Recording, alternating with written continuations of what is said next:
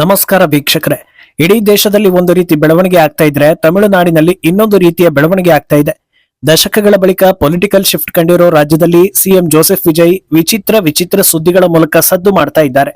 ಈ ಪೈಕಿ ಇಂದು ಹೈಲೈಟ್ ಆಗ್ತಾ ಇರೋದು ವಿಜಯ್ ಸದ್ಯದಲ್ಲೇ ಇಂಡಿ ಒಕ್ಕೂಟವನ್ನ ಸೇರ್ತಾರಾ ಅನ್ನೋದು. ಯಾವ ಕಾರಣಕ್ಕೆ ಈ ವಿಚಾರ ಮುನ್ನೆಲೆಗೆ ಬಂದಿದೆ, ಸಲಹೆ ಕೊಟ್ಟಿದ್ಯಾರು, ಈ ಸಾಧ್ಯತೆ ಇದೆಯಾ, ಇದೆಲ್ಲವೂ ಕೂಡ ಚರ್ಚೆಗೆ ಒಳಗಾಗ್ತಾ ಇದೆ. ಇನ್ನೊಂದು ದಿಕ್ಕಲ್ಲಿ ವಿಜಯ್ ಇದುವರೆಗೂ ಯಾವ ರಾಜ್ಯದ ಸಿಎಂಗಳು ಕೈ ಹಾಕದ ವಿಚಾರಗಳಲ್ಲಿ ಇನ್ವಾಲ್ವ್ ಆಗ್ತಾ ಇರೋದು ಕೂಡ ಎಲ್ಲರ ಅಚ್ಚರಿಗೆ ಕಾರಣವಾಗ್ತಾ ಇದೆ. ಅದರ ಹಿಂದಿನ ಉದ್ದೇಶ ಏನಿರ್ಬೋದು ಅನ್ನೋದು ಕೂಡ ಚರ್ಚೆಗೆ ಒಳಗಾಗ್ತಾ ಇದೆ. ಕೆಲವೊಂದು ಕಾಂಟ್ರವರ್ಸಿಗಳಿಗೂ ಕೂಡ ವಿಜಯ್ ಸರ್ಕಾರ ಸಿಕ್ಕಿ ಹಾಕಿಕೊಂಡಿದೆ. ಇದೆಲ್ಲವನ್ನ ಒನ್ ಬೈ ಒನ್ ವಿವರಿಸ್ತಾ ಹೋಗ್ತೀವಿ. ಈ ವಿಡಿಯೋವನ್ನ ತಪ್ಪದೆ ಕೊನೆ ತನಕ ನೋಡಿ. ಅದಕ್ಕೂ ಮುನ್ನ ಮೀಡಿಯಾ ಮಾನ್ಸ್ಟರ್ ಚಾನೆಲ್ ಅನ್ನ ತಪ್ಪದೆ ಸಬ್ಸ್ಕ್ರೈಬ್ ಮಾಡಿ. ಎಸ್, ಹೊಸ ಕುರ್ಚಿ, ಹೊಸ ಹುದ್ದೆ, ಹೊಸ ಅಧ್ಯಾಯ, ಹೊಸ ಅನುಭವ. ಇಷ್ಟು ವರ್ಷಗಳ ಕಾಲ ಸಿನಿಮಾದಲ್ಲಿ ಹೀರೋ, ಸೂಪರ್ ಸ್ಟಾರ್ ಆಗಿ ಮಿಂಚಿದ ಜೋಸೆಫ್ ವಿಜಯ್ಗೆ ಈಗ ರಿಯಲ್ ಲೈಫ್ ನಲ್ಲೂ ಹೀರೋ ಆಗೋದಕ್ಕೆ ಜನರು ದೊಡ್ಡ ಅವಕಾಶವನ್ನ ಕೊಟ್ಟಿದ್ದಾರೆ. ಇದೊಂದು ಕುರ್ಚಿಗೆ ಜೀವನ ಪರ್ಯಂತ ಹೋರಾಡಿದ್ರು ಆಸೆ ಈಡೇರದೆ ಮೂಲೆ ಸೇರಿದ ನಾಯಕರ ಮಧ್ಯೆ ಮೊದಲ ಪ್ರಯತ್ನದಲ್ಲೇ ಸಿಎಂ ಆಗಿರೋ ವಿಜಯ್ ಬಗ್ಗೆ ಒಂದೆರಡು ಮಾತುಗಳಲ್ಲಿ ಹೇಳಿ ಮುಗಿಸೋದಕ್ಕೆ ಆಗೋದಿಲ್ಲ. ಏನಾದ್ರೂ ಮಾಡಿ ಹೊಸತನ ತರಬೇಕು ಅನ್ನೋದಕ್ಕೆ ವಿಜಯ್ ಪ್ರಯತ್ನ ಪಡ್ತಾ ಇರೋದು ಕಾಣಿಸ್ತಾ ಇದೆ. ಆದ್ರೆ ಒಂದೊಂದು ಸಲ ಯಾರು ಊಹಿಸದ ರೇಂಜ್ನಲ್ಲಿ ಏನಾದ್ರೂ ಒಂದು ಅಪ್ಡೇಟ್ ಕೊಟ್ಟು ಎಲ್ಲರ ಕಣ್ಣರಳಿಸ್ತಾ ಇದ್ದಾರೆ. ಏನೇ ಮಾಡಿದ್ರು ನಂದು ಪ್ರತ್ಯೇಕ ದಾರಿ, ಯಾರೊಂದಿಗೂ ಸೇರೋದಿಲ್ಲ ಅಂತ ವಿಜಯ್ ಹೇಳ್ತಾ ಇದ್ರು. ಆದ್ರೆ ಈಗ ಅವರನ್ನ ಇಂಡಿ ಒಕ್ಕೂಟಕ್ಕೆ ಸೇರಿಸೋ ಪ್ರಯತ್ನಗಳು ನಡೀತಾ ಇದೆ. ಈಗ ಈ ವಿಚಾರದ ಬಗ್ಗೆ ದನಿ ಏರಿಸಿರೋದು ವಿಜಯ್ ಸರ್ಕಾರದಲ್ಲಿ ಪ್ರಮುಖ ಮಿತ್ರರಾಗಿರೋ ವಿಸಿಕೆ ಪ್ರೆಸಿಡೆಂಟ್ ತಿರುಮಾವಲವನ್. ಬಿಜೆಪಿಯನ್ನ ರಾಷ್ಟ್ರ ಮಟ್ಟದಲ್ಲಿ ಕುಗ್ಗಿಸಬೇಕು ಅಂದ್ರೆ ಟಿವಿಕೆ ಹಾಗೂ ಡಿಎಂಕೆ ಎರಡೂ ಪಕ್ಷಗಳು ಇಂಡಿ ಒಕ್ಕೂಟವನ್ನ ಸೇರಬೇಕು ಅನ್ನೋದನ್ನ ಹೇಳಿದ್ದಾರೆ. ಮೊದಲೇ ವಿಜಯ್ ಎಲೆಕ್ಷನ್ಗೂ ಮುನ್ನವೇ ಡಿಎಂಕೆ ನಮ್ಮ ರಾಜಕೀಯ ವೈರಿ ಹಾಗೂ ಬಿಜೆಪಿ ನಮ್ಮ ಸೈದ್ಧಾಂತಿಕ ವೈರಿ ಅನ್ನೋದನ್ನ ಹೇಳ್ಕೊಂಡು ಬಂದಿದ್ರು. ಅದರಿಂದ ಇಂಥದ್ದೊಂದು ಯೋಚನೆ ಮಾಡೋದಿಲ್ಲ ಅಂತ ಹೇಳೋದಕ್ಕೆ ಸಾಧ್ಯ ಇಲ್ಲ ಎನ್ನಲಾಗ್ತಾ ಇದೆ. ಅಲ್ಲದೆ ವಿಜಯ್ ಸರ್ಕಾರ ಬಂದ ಬಳಿಕ ಡಿಎಂಕೆ ಹಾಗೂ ಟಿವಿಕೆ ನಡುವೆ ಆಗಾಗ ಜಟಾಪಟಿಗಳು ನಡೀತಾ ಇರೋದು ಕಾಣಿಸ್ತಾ ಇದೆ. ಸದ್ಯ ಡಿಎಂಕೆ ಕಾಂಗ್ರೆಸ್ ವಿರುದ್ಧ ಮುನಿಸಿಕೊಂಡು ಇನ್ನು ಮುಂದೆ ಯಾವತ್ತೂ ನಿಮ್ಮ ಜೊತೆ ಸೇರೋದಿಲ್ಲ ಅಂತ ಕಿಡಿಕಾರಿ ಹೊರ ಬಂದಿದೆ. ಅವರು ಆ ದಿಕ್ಕು ಹಿಡಿದರೆ ನಾನು ಇನ್ನೊಂದು ದಿಕ್ಕಿಗೆ ಹೋಗ್ತೀನಿ, ಶತ್ರುವಿನ ಶತ್ರು ಮಿತ್ರ ಅನ್ನೋ ರೀತಿ ಯೋಚಿಸಿ ವಿಜಯ್ ಇಂಡಿ ಒಕ್ಕೂಟಕ್ಕೆ ಸೇರ್ಪಡೆ ಆಗೋದನ್ನ ತಳ್ಳಿ ಹಾಕೋದಕ್ಕೆ ಸಾಧ್ಯವಿಲ್ಲ ಅನ್ನೋ ಟಾಕ್ ಕೂಡ ಶುರುವಾಗಿದೆ. ಅಂದಹಾಗೆ ಈ ರೀತಿ ಸಲಹೆ ಕೊಟ್ಟಿರೋದು ಮಿತ್ರ ಪಕ್ಷ ವಿಸಿಕೆ.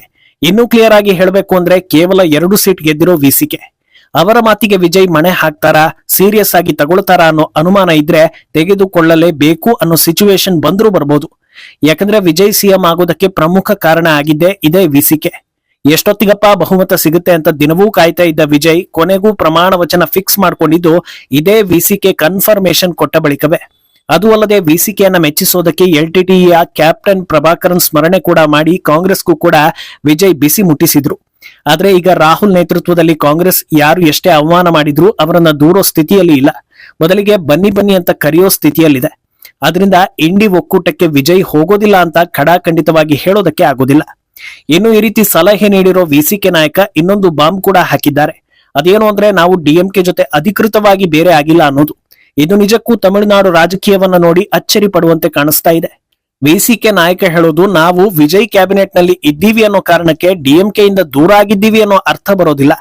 ನಮ್ಮ ರಾಜಕೀಯ ಪ್ರಬುದ್ಧತೆಯಿಂದ ನಾವು ಎಲ್ಲಾ ಕಡೆಗಳಲ್ಲೂ ಸ್ನೇಹವನ್ನ ಮೇಂಟೈನ್ ಮಾಡ್ತಾ ಇದ್ದೀವಿ. ಅದರಿಂದ ಡಿಎಂಕೆ ಹಾಗೂ ಟಿವಿಕೆ ಇಬ್ರು ಇಂಡಿ ಒಕ್ಕೂಟಕ್ಕೆ ಬರಲಿ ಅಂತ ಹೇಳ್ತಾ ಇದ್ದಾರೆ. ಇದುವರೆಗೂ ಆಡಳಿತ ಪಕ್ಷ ಹಾಗೂ ವಿಪಕ್ಷ ಇಬ್ರು ಫ್ರೆಂಡ್ಸ್ ಆಗಿರೋದಕ್ಕೆ ಕೇರಳ ಉದಾಹರಣೆ ಆಗಿತ್ತು. ಈಗ ಆ ಸಾಲಿಗೆ ತಮಿಳುನಾಡು ಕೂಡ ಸೇರೋ ಸಾಧ್ಯತೆ ಇದೆ. ಈ ಬೆಳವಣಿಗೆ ವಿಜಯ್ 5 ವರ್ಷ ಕಂಪ್ಲೀಟ್ ಮಾಡೋದು ಹೌದಾ ಅನ್ನೋ ಅನುಮಾನವನ್ನು ಕೂಡ ಸೃಷ್ಟಿ ಮಾಡ್ತಾ ಇದೆ. ಯಾಕಂದ್ರೆ ಒಂದು ಕಡೆ ಸ್ಟಾಲಿನ್ ಆಗಾಗ ನಮ್ಮ ದಯೆಯಿಂದ ವಿಜಯ್ ಸಿಎಂ ಆಗಿರೋದು, ಇನ್ನು 6 ತಿಂಗಳಲ್ಲೋ 3 ತಿಂಗಳಲ್ಲೋ ಯಾವಾಗ ಬೇಕಾದ್ರೂ ಎಲೆಕ್ಷನ್ ಬರ್ಬೋದು, ಎಲ್ರೂ ರೆಡಿ ಇರಿ ಅಂತ ಆಗಾಗ ತಮ್ಮ ಕಾರ್ಯಕರ್ತರಿಗೆ ಹೇಳ್ತಾನೆ ಇರ್ತಾರೆ. ಇದೆಲ್ಲವನ್ನ ನೋಡ್ತಾ ಇದ್ರೆ ಸಿಎಂ ಕುರ್ಚಿಯಲ್ಲಿ ವಿಜಯ್ ಇದ್ರೂ ಆಡಳಿತವನ್ನ ನಡೆಸ್ತಾ ಇರೋದು ಮಾತ್ರ ಸ್ಟಾಲಿನ್ ಆಗಾಗ ತಮ್ಮ ಮೇಲೆ ಸ್ವಲ್ಪ ವಿರೋಧ ಹೇಳಿಕೆಗಳನ್ನ ನೀಡೋದಕ್ಕೆ ಸಲಹೆ ಕೊಟ್ಟು ಹೊರಗಿನಿಂದ ವೈರಿಗಳ ರೀತಿ ಕಾಣಿಸ್ಕೊಂಡು ಒಳಗೊಳಗೆ ಡೀಲ್ ಮಾಡ್ತಾ ಎಲ್ಲವನ್ನೂ ಮೇಂಟೈನ್ ಮಾಡ್ತಾ ಇದ್ದಾರಾ ಅನ್ನೋ ಅನುಮಾನಕ್ಕೂ ಕೂಡ ಇದು ದಾರಿ ಮಾಡಿ ಕೊಡ್ತಾ ಇದೆ. ಆದ್ರೆ ಒಂದು ವೇಳೆ ವಿಜಯ್ ಜೊತೆ ಡಿಎಂಕೆ ಕೂಡ ಇಂಡಿ ಒಕ್ಕೂಟವನ್ನ ಸೇರಿದ್ರು ಅಂದ್ರೆ ಇದು ಅತ್ಯಂತ ದೊಡ್ಡ ಪೊಲಿಟಿಕಲ್ ಬ್ಲಂಡರ್ ಎನ್ನಿಸ್ಕೊಳ್ಳುತ್ತೆ. ಎರಡೂ ಪಕ್ಷಗಳಿಗೆ ಇದು ದೊಡ್ಡ ಮಟ್ಟದಲ್ಲಿ ಬ್ಯಾಕ್ ಫೈರ್ ಆಗೋ ಸಾಧ್ಯತೆ ಕೂಡ ಇದೆ. ಆದ್ರೆ ಇನ್ನೊಂದು ದಿಕ್ಕಲ್ಲಿ ಸದ್ಯ ಸಿಎಂ ಸ್ಥಾನವನ್ನ ನಿರ್ವಹಿಸ್ತಾ ಇರೋ ವಿಜಯ್ ಹಾಗೂ ಅವರ ನಾಯಕರು ಕಂಡು ಕೇಳರಿಯದ ನಿರ್ಧಾರಗಳನ್ನ ಕೈಗೊಳ್ಳೋ ಮೂಲಕ ಹೆಡ್ಲೈನ್ ಆಗ್ತಾ ಇದ್ದಾರೆ. ತಮಿಳುನಾಡಿನ ಎಲ್ಲಾ ವಿಶ್ವವಿದ್ಯಾಲಯಗಳಿಗೆ ಸಿಎಂ ಸ್ಥಾನದಲ್ಲಿರೋ ಜೋಸೆಫ್ ವಿಜಯ್ರನ್ನ ಚಾನ್ಸಲರ್ನಾಗಿ ನೇಮಕ ಮಾಡಬೇಕು ಅಂತ ಹೊಸ ಬೇಡಿಕೆಯೊಂದು ಮುನ್ನೆಲೆಗೆ ಬರ್ತಾ ಇದೆ. ಈ ಬಗ್ಗೆ ವಿಜಯ್ ಕ್ಯಾಬಿನೆಟ್ ನಲ್ಲಿರೋ ಮಿನಿಸ್ಟರ್ಗಳು ದನಿ ಏರಿಸಿದ್ದು ಈ ಬೇಡಿಕೆಯನ್ನ ರಾಜ್ಯದ ಗವರ್ನರ್ ಮುಂದೆ ಇರಿಸಿದ್ದಾರೆ. ಸದ್ಯ ಎಲ್ಲಾ ಯೂನಿವರ್ಸಿಟಿಗಳ ಚಾನ್ಸಲರ್ ಹುದ್ದೆಯಲ್ಲಿರೋದು ರಾಜ್ಯದ ಗವರ್ನರ್. ಆದ್ರೆ ತಮಿಳುನಾಡಿನಲ್ಲಿ ಗವರ್ನರ್ ವರ್ಸಸ್ ಗವರ್ನಮೆಂಟ್ ಅನ್ನೋದು ಕಳೆದ ಹಲವು ವರ್ಷಗಳಿಂದ ಸೌಂಡ್ ಮಾಡ್ತಾನೆ ಇದೆ. ಡಿಎಂಕೆ ಅವಧಿಯಲ್ಲೂ ರಾಜ್ಯಪಾಲರನ್ನ ಎದುರು ಹಾಕಿಕೊಳ್ಳೋ ಕೆಲಸ ಆಗಿತ್ತು. ಈಗ ವಿಜಯ್ ಸರ್ಕಾರ ಕೂಡ ಮತ್ತೆ ರಾಜ್ಯಪಾಲರನ್ನ ಟಾರ್ಗೆಟ್ ಮಾಡ್ತಾ ಇರುವಂತೆ ಕಾಣಿಸ್ತಾ ಇದೆ. ಯೂನಿವರ್ಸಿಟಿಗಳನ್ನ ಹೋಲ್ಡ್ ಮಾಡೋದರ ಹಿಂದೆ ಸೈದ್ಧಾಂತಿಕ ಉದ್ದೇಶ ಏನಾದ್ರೂ ಇದೆಯಾ ಅನ್ನೋ ಅನುಮಾನಗಳು ಕೂಡ ವ್ಯಕ್ತವಾಗ್ತಾ ಇದೆ. ಆದ್ರೆ ಇದು ಸಾಧ್ಯವಾಗುತ್ತಾ ಅನ್ನೋ ಗ್ಯಾರಂಟಿ ಇಲ್ಲ. ಯಾಕಂದ್ರೆ ಈ ಹಿಂದೆ ಬಂಗಾಳದಲ್ಲೂ ಕೂಡ ಇಂಥ ಪ್ರಯತ್ನಗಳು ನಡೆದಿದ್ವು. ಆದ್ರೆ ಆಗ ಪ್ರೆಸಿಡೆಂಟ್ ಈ ಬೇಡಿಕೆಯನ್ನ ಪುರಸ್ಕರಿಸದೇ ಇದ್ದಿದ್ರಿಂದ ಕೊನೆಗೆ ಅಲ್ಲಲ್ಲೇ ಶಾಂತವಾಯಿತು. ಆದ್ರಿಂದ ಇದು ಎಷ್ಟರ ಮಟ್ಟಿಗೆ ಸಾಧ್ಯವಾಗುತ್ತೆ ಅನ್ನೋ ಗ್ಯಾರಂಟಿ ಇಲ್ಲ. ಒಂದು ವೇಳೆ ವಿಜಯ್ ಆ ಹುದ್ದೆಯನ್ನ ಗಿಟ್ಟಿಸಿಕೊಳ್ಳುವಲ್ಲಿ ಯಶಸ್ವಿಯಾದ್ರೆ ಅಲ್ಲೂ ಒಂದು ದಾಖಲೆ ಬರೆದಂತಾಗೋದು ಸುಳ್ಳಲ್ಲ. ಅಂದಹಾಗೆ ಈ ರೀತಿ ಬೇಡಿಕೆ ಬಂದಿರೋದು ಉಳಿದ ರಾಜ್ಯಗಳಲ್ಲೂ ಗವರ್ನರ್ ಪವರ್ ಬಗ್ಗೆ ಚರ್ಚೆ ಹುಟ್ಟು ಹಾಕುವ ಕೆಲಸವನ್ನ ಮಾಡ್ತಾ ಇದೆ. ಈ ಮಧ್ಯೆ ಧರ್ಮಾಧಾರಿತ ಮೀಸಲಾತಿಗೆ ವಿಜಯ್ ಪ್ರಯತ್ನಿಸ್ತಾ ಇರೋದು ಕೂಡ ವಿವಾದವನ್ನ ಸೃಷ್ಟಿ ಮಾಡ್ತಾ ಇದೆ. ಇತ್ತೀಚೆಗಷ್ಟೇ ಮುಸ್ಲಿಂ ಧರ್ಮಕ್ಕೆ ಮತಾಂತರಗೊಂಡವರಿಗೆ ಹಿಂದುಳಿದ ವರ್ಗಗಳಿಗೆ ನೀಡೋ ಮೀಸಲಾತಿ ಸಿಗೋದಿಲ್ಲ ಅಂತ ಮದ್ರಾಸ್ ಹೈಕೋರ್ಟ್ ಮಹತ್ವದ ಆದೇಶವನ್ನ ನೀಡಿತ್ತು. ಅದನ್ನ ಪ್ರಶ್ನಿಸಿ ಟಿವಿಕೆ ಸರ್ಕಾರ ಈಗ ಸುಪ್ರೀಂ ಕೋರ್ಟ್ಗೆ ಹೋಗೋದಕ್ಕೆ ಮುಂದಾಗಿದೆ.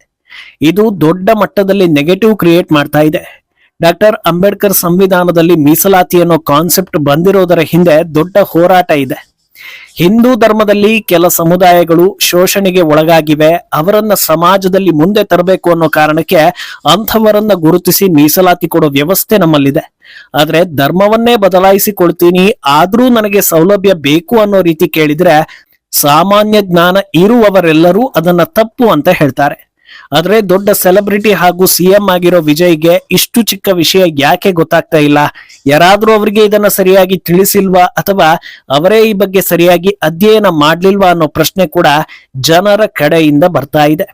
ಈ ಸಂಬಂಧ ಪ್ರತಿಕ್ರಿಯಿಸಿರೋ ಮುಖ್ತರ್ ಅಬ್ಬಾಸ್ ನಖ್ವಿ ಮುಸ್ಲಿಂ ವೋಟ್ ಪಡೆಯೋ ಸಲುವಾಗಿ ಇಂಥದ್ದೆಲ್ಲ ಮಾಡ್ತಾರೆ ಅನ್ನೋದು ಜನರಿಗೆ ಕ್ಲಿಯರ್ ಆಗಿ ಗೊತ್ತಾಗ್ತಾ ಇದೆ. ಈ ಪ್ರಕ್ರಿಯೆಯಲ್ಲಿ ಲಾಜಿಕ್ ಇಲ್ಲ ಅನ್ನೋದನ್ನ ಹೇಳಿದ್ದಾರೆ. ಈ ಮಧ್ಯೆ ಸಿಎಂ ಜೋಸೆಫ್ ವಿಜಯ್ ಹುಟ್ಟುಹಬ್ಬಕ್ಕೆ ಶಾಲೆಗಳಲ್ಲಿ ಮಕ್ಕಳಿಗೆ ರಜೆ ನೀಡಿದ್ರು ಅನ್ನೋ ಆರೋಪ ಕೂಡ ಕೇಳಿ ಬರ್ತಾ ಇದೆ.